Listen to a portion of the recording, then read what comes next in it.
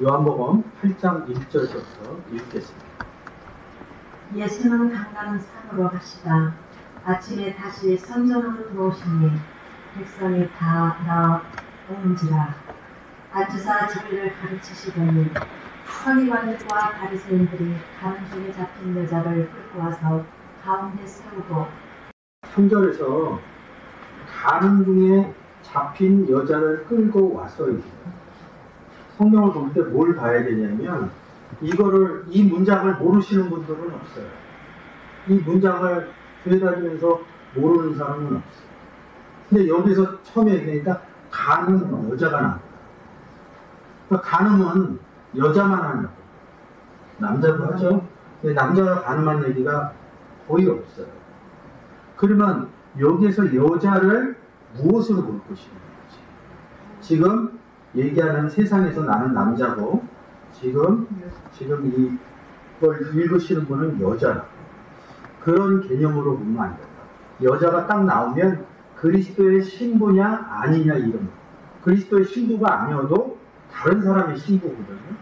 이 두 가지 개념으로 가야 돼요. 그러니까 사람 자체가 여자야. 사람 자체에서 여자 남자로 가르면 안 된다고 성경. 지금 그리스도께 데리고 온 거잖아. 그리스도는 뭐예요? 남편이죠. 남편인데 여자를 데리고 왔대요. 아니죠. 그리스도가 남편이라는 의미를 집어넣고 여자라는 그리스도의 신부냐 아니냐 이런 부분에서 이 문장을 보면 됩니다. 그러니까 가는 그러면 이렇게 간다. 잠자리 이렇게 가요. 세상에서. 요새 목회자 중에 아주 신에 대해서 나오는 그런 제이메이스 이런 그 사람은 나쁜 사람이고 성경에서 얘기하는 그런 간음은 뭐냐면 간음의 단어의 뜻은 뭐냐면 다른 배우자하고 그러니까 세상적으로 잤냐 안 잤냐 이런 관계를 얘기해요. 근데 배우자가 성경에서는 딱 누구만 있어요? 우리에게는 예수 그리스도만 배우자가 있어요. 그러니까 예수 그리스도가 그러면 우리 가운데 오는데 신으로 온다고. 그러니까 이게 간음을 했다 이런 건 뭐냐면 다른 우상을 섬기는 거예요. 근데 여기서 문제가 뭐냐면 서기관과 바리새인들이 예수 그리스도를 따르지 않아요. 제자 반역이 아니니까. 그러면 여기서 여자가 누구냐 이거죠. 우리가 예수 그리스도를 영접해서 우리를 신부라고 얘기를 하잖아요. 그리스도의 신부라고 하죠. 그것도 뭐라고 해요? 제자들이라고. 그러니까 제자가 신부고 영접한 자고 이 부분이 정리가 돼야지 이 문장이 보이죠. 그러면 우리는 간음을 안 한 상태죠. 예수 그리스도하고 있으니까. 간음을 했다 이 기준은 뭐냐면 어느 남편하고 있냐 이거죠. 남편 얘기를 하려면 자 이거 한 번만 배워볼게요. 로마서 7장을 항상 가서 보세요. 2절에서 3절까지 읽어주세요.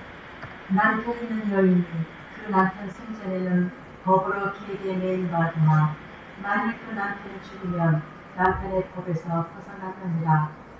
그러므로 만일 그 남편 생전에 다른 남자에게 가면 음부라 이르되 남편이 죽으면 그 법에서 자유케 되나니 다른 남자에게 갈지라도 음부가 되지 아니하느니라. 자, 이 문장에서 보면 여기 남편 있죠. 남편 있죠. 끄셨나? 여기 남편 써 있죠. 남편이. 남편이 나오고 다른 남자에게 이런다. 3절 맞춰서 원문으로 좀 바꿔주세요. 남편 클릭해주세요. 여기 남편이라고 하는데 남자 얘기 나오는데 단어가 똑같아요. 다른 남편에게 같아요. 이게 그러면 왜 음부가 됐어요? 남편이 있는데 다른 남자에 갔다 이거야. 이렇게 하니까 세상 법하고 맞아 떨어지거든. 근데 원래 따지면 아내를 이런 거야. 그리고 예수 그리스도를 얘기할 때 이 아내를 쓴다고요. 이 단어를 남편이나.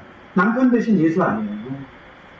그러면 예수 그리스도를 신랑이라고 하는데 꼭 새 신랑이라고 합니다.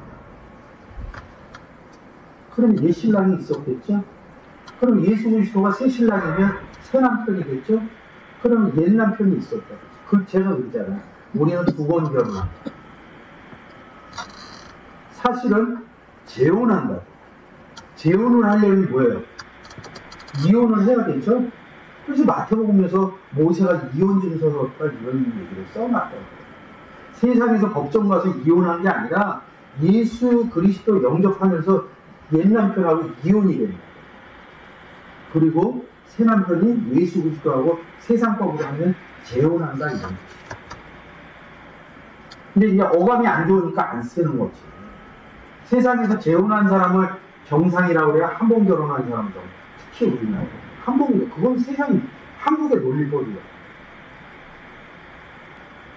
초혼하고 재혼하고 세상 다른 나라에 가면 그런 것들을 중요시 생각하지 않아요.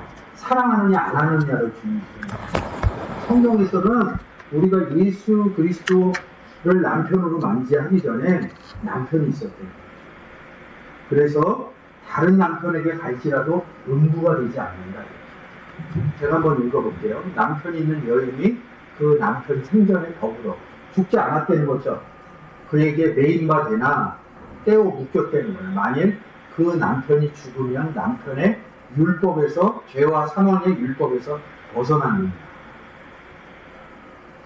죄와 사망의 율법에서 벗어나는 방법이 뭐예요? 예수 그리스도 영접해서 생명의 성령의 율법과 같이 사는 겁니다. 그러므로 만일 그 남편, 아내를 생전에 다른 남자에게 가면 음부라 이래요. 뭐야? 남편이 죽어야 되죠. 근데 이 죽는다가 뭐냐면 로마서 6장 2절, 3절, 4절, 5절, 6절 예수 그리스도가 와서 죽고 살아나는 사건을 얘기합니다. 예수 그리스도가 와서 죽고 살아나는 사건. 그러면 뭐예요? 옛 남편이 죽는다 이래요. 그 남편이 죽으면 그 죄와 사망의 율법에서 자유케 다니니 다른 아내로 남편에게 갈지라도 음부가 되지 않는다. 그럼 남편이 죽어야지 다른 남편한테 가서 음부가 되지 않는다는 거죠. 남편이 죽고 다른 남편한테 가면 가늠하지 않았다는 거죠. 근데 남편이 살아있는데 다른 남편한테 가면 가늠한다 이렇게 합니다. 이 의미를 알아야 돼요. 다시 요한복음 8장.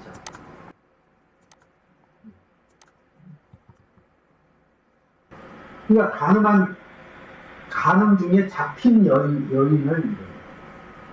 그러니까 바리새인과 서기관은 자기 남편들이 있는 거예요. 제가 볼 때는 이 여자 제자들이 자기가 있던 곳에 가고 그리스도의 복음을 전한 거예요. 근데 어렸을 때 전한 거예요. 가서 이게 좀 어버버 했겠죠. 이 내용으로 보면. 그러니까 막 뭐라고 그런 거예요. 예수 그리스도께 데리고 올 일이 없는 거예요. 근데 남편이 예수 그리스도께 온 거야. 그러면서 벌어지는 얘기를 하는 거예요. 4절부터 4절에서 예수께 말하되 선생이여 이 여자가 간음하다가 현장에서 잡혔나이다. 모세는 율법에 이러한 여자를 돌로 치라 명하였거니와 선생은 어떻게 말하겠나이까. 그렇죠. 이 여자가 간음하다가 현장에서 잡혔대요. 그러면 그들의 법이죠. 근데 만약에 돌로 치면 되는데 왜 예수 그리스도한테 데리고 오냐고요. 아니 모세의 율법에 여자가 간음했다고 하면 돌로 치면 된다고 그러잖아요. 근데 왜 예수 그리스도한테 데리고 오냐고. 자기들이 우리는 재판장이신 예수 그리스도를 아는데 바리새인과 서기관들이 예수 그리스도를 재판장으로 얘기를 해주냐고. 그렇지 않거든. 근데 이 본문의 주인공이 제자와 예수 그리스도이기 때문에 얘들이 와서 물어보는 장면을 집어넣은 거예요. 그래서 모세의 율법에 이러한 여자를 돌로 치라 이러니까 문법적으로는 돌로 쳐야 돼요. 그 옛날에 간음하고 그러면 진짜 돌로 쳐서 죽였다고. 그건 삶에서 그러는 거예요. 왜 율법에, 어느 율법에, 모세 어느 율법에 죄와 사망의 율법인지 생명의 성령의 율법인지 그러면 죄와 사망의 율법이면 돌로 치면 어떤 돌로 치냐고. 죽은 돌. 그렇죠. 근데 모세의 생명의 성령의 율법이면 무슨 돌로 치냐? 산돌로 치냐? 이런 게 보여진다는 거예요. 근데 그걸 알고 있는 선생님 예수 그리스도께 물어보면 뭐라고 그러고 있어요? 6절. 저희가 이렇게 말하면 고소할 조건을 얻고자 하여 예수를 시험함이로라. 예수께서 몸을 굽히사 손가락으로 땅에 쓰시니. 땅에 썼다는 거예요. 올려보세요. 6절에 맞춰서 원문.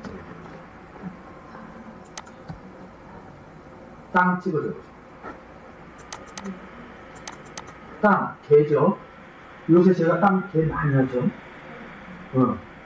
땅 하면 이제 혈과육도 있지만, 땅 하면 무조건 여기 아랫땅인데, 주기도문에서 하늘에 이루어진 것 같이 땅에다 이루어지게 해달래요. 땅 얘기가 나오면 일단 무조건 글로 와서 한번 읽고 와. 주기도문 외우지. 예수 그리스도 믿고 교회 생활하면서 주기도문 못 외우는 사람 없다. 우리가 하늘에서 왜 이루어졌냐? 우리가 예수를 영접하면 하늘에다 앉혔다고 해요. 제가 항상 얘기하듯이 에베소서 2장 6절이나 1장 20절에 하늘에 앉힌받았다. 이렇게. 그래서 우리가 땅에서 이루어졌죠?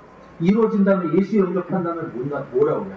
전해야 된다고 그러죠? 얻다가 우리가 땅에 있다가 하늘에 올라갔으니까 땅에다 전해야죠. 그래서 땅에서 이루어지게 해달라는 거죠.